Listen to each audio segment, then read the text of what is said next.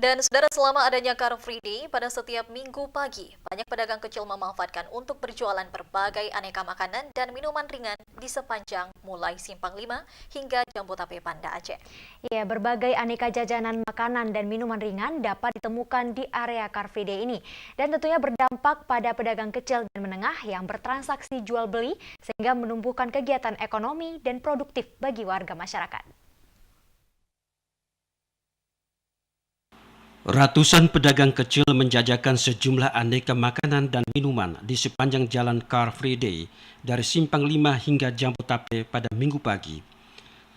Sejak dibuka area publik menjadi Car Free Day, dimanfaatkan oleh warga selain untuk berolahraga di pagi hari, juga menjajakan sejumlah produk yang sangat menjanjikan kepada pembeli. Banyak produk makanan dan minuman yang berjualan di kawasan arena Car Free Day, namun hal tersebut tetap dilakukan pengawasan dari Balai Besar POM Banda Aceh, terutama yang berkaitan penggunaan obat-obatan dan makanan, termasuk kosmetik, tetap menjadi pengawalan dari Balai Besar POM Banda Aceh. Sejumlah pedagang ketika ditemui TVRI mengakui, selama adanya Car Free Day ini, omset mereka lumayan dan barang yang dijual pun tentunya sangat berkualitas, baik untuk menyangkut dengan makanan dan minuman ringan. Di area tersebut, selain menjual makanan dan minuman dan produk lainnya, puluhan relawan demokrasi Kota Banda Aceh juga melakukan penyuluhan kepada peserta pemilu untuk mensosialisasikan suksesnya pemilu pada tanggal 17 April 2019 mendatang.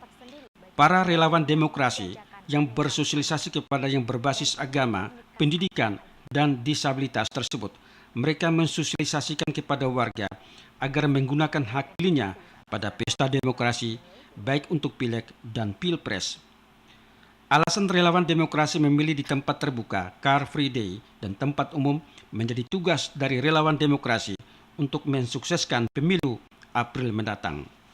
KIP sudah membentuk relawan dan merekrut sekitar 55 orang relawan dengan 10 basis. Jadi basis itu ada basis penyandang disabilitas, ada basis pemula, ada basis warganet, ada basis warga